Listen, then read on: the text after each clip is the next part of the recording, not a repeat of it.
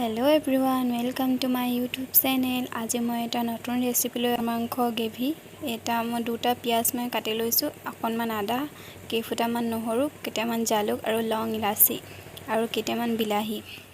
এতিয়া মই কেৰাহীত তেল দিম, ৰিফাইন তেল, অকণমান ৰিফাইন তেল দিম মই।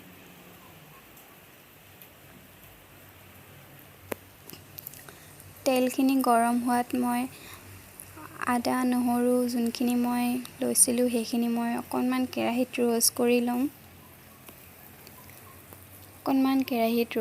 ল'ম। ৰঙচুৱা হোৱালৈকে।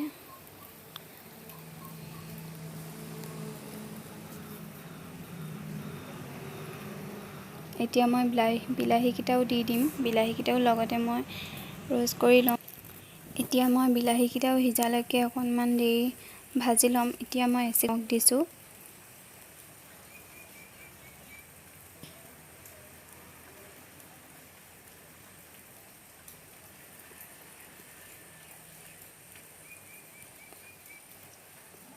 এতিয়া মই লৰাই ভাজি ল'ম। আনফালে মই দুটা আলু বইল হ'বলৈ দিছোঁ। আলু দুটা মই ভালকৈ বইল কৰি ল'ম। এইখিনি মোৰ পাৰ মাংসখিনি। ইয়াতে মই দুটা পাৰ লৈছোঁ। এইখিনি মোৰ হৈ গৈছে আৰু এতিয়া মই এটা মিক্সি বাটিত উলিয়াই ল'ম। উলিয়াই মই এইখিনি এটা পেষ্ট কৰি ল'ম। গোটেইখিনি ভালদৰে মই এটা পেষ্ট বনাই ল'ম।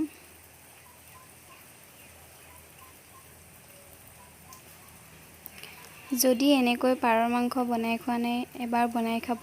একেবাৰে সিম্পল হয় ৰেচিপিটো, কিন্তু খাবলৈ বহুত টেষ্টি হয়। এতিয়া মই প্ৰয়োজনীয় মোৰ মছলাখিনি মই এটা বাটিত উলিয়াই ল'ম। মই এয়া দিছোঁ গৰম মছলা,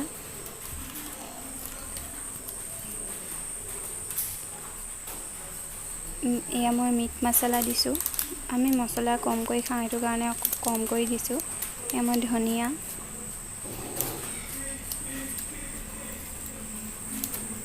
এতিয়া মই জিৰা পাউডাৰ দি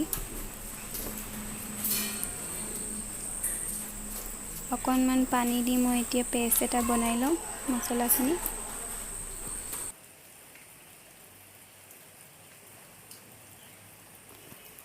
পানী নিদিলেও হয়, আপোনালোকে ডাইৰেক্ট দিওঁ বুলি ক'লেও পাৰিব, কিন্তু মই পানী দি পেষ্টটো বনাই ল'লে বেছি ভাল পাওঁ। গোটেই মছলাখিনি মিক্স হৈ যায়, একেলগতে মিক্স হৈ যায়। এতিয়া মোৰ পেষ্টটো হৈ গ'ল।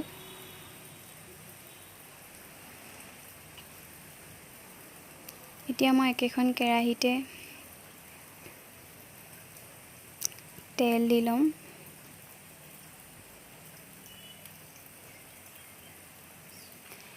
মই তেল বেছিকৈ দিয়া নাই, অকণমানেই দিছোঁ। যিহেতু পাৰ মাংস হয়, পাৰ মাংসৰ পৰা বহুত তেল ওলাবই।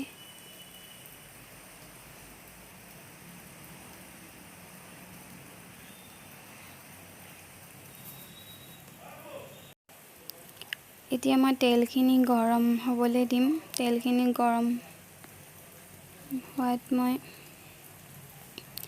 অকণমান নিমখ আৰু হালধি দি দিম তেলতে। এয়া মই অকণমান হালধি দিছোঁ।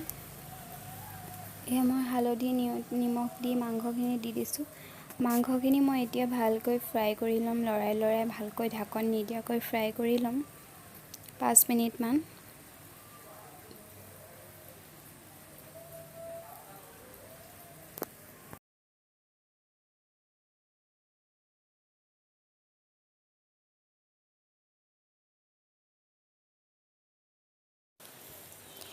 এয়া মোৰ মাংস ফ্ৰাই হৈছে আৰু প্ৰায় দেখিছে নহয় মাংসখিনিৰ পৰা কিমান তেল ওলাইছে। পাৰৰ মাংসৰ পৰা বহুত তেল ওলায়, সেইটো কাৰণে মই তেল কমকৈ দিছিলোঁ। এতিয়া দেখিছে নহয় কিমান তেল ওলাইছে মাংসখিনিৰ পৰা। এয়া মোৰ মাংস ফ্ৰাই হৈ গ'ল। এতিয়া মই বইল কৰি লোৱা আলুকেইডোখৰ মাংসত দি দিম। আলুকেইডোখৰ দি মই ভালকৈ অকণমান লৰাই আলুকেইডোখৰ ফ্ৰাই হোৱালৈকে লৰাই ল'ম।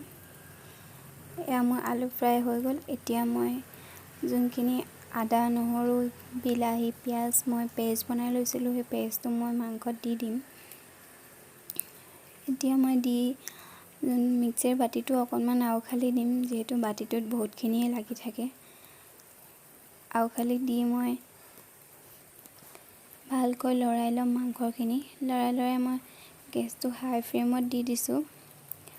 এতিয়া অকণমান মই মিক্স হোৱালৈকে ভালকৈ লৰাই ল'ম। লৰাই মই এতিয়া যোনখিনি মোৰ মছলা পেষ্ট বনাই থৈছিলোঁ, মই এই মছলাখিনিও দি দিম ইয়াতে।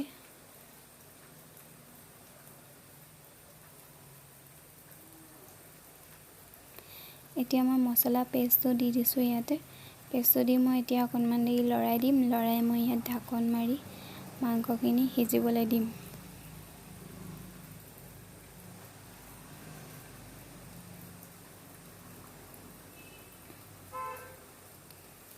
এতিয়া মই এবাৰ ঢাকন মাৰি লৰাই দিছোঁ। এতিয়া মই ফাইনেল পানী দিম। যদি মাংস এনেকৈ খোৱা নাই, এবাৰ খাই চাব, খাবলৈ খুব টেষ্টি হয়, বনাবলৈও উজু। এতিয়া মই ফাইনেল পানী দিছোঁ। মোৰ নিজৰ জোখমতে মই পানীখিনি দিছোঁ, আপোনালোকে নিজৰ জোখত দিলেই হ'ল। এতিয়া মই এইখিনি ঢাকন মাৰি দিম, উতল আহিবলৈ দিম। এয়া মোৰ মাংস প্ৰায় ৰেডি হৈ গ'ল, উতল আহিলেই। এতিয়া মই ইমানটো জোখতে মাংসখিনি ৰাখি দিম। মোৰ মাংস হৈ গ'ল। যদি ভিডিঅ'টো চাই মোৰ ভাল লাগিছে, তেনেহ'লে please like, share and subscribe কৰি দিব।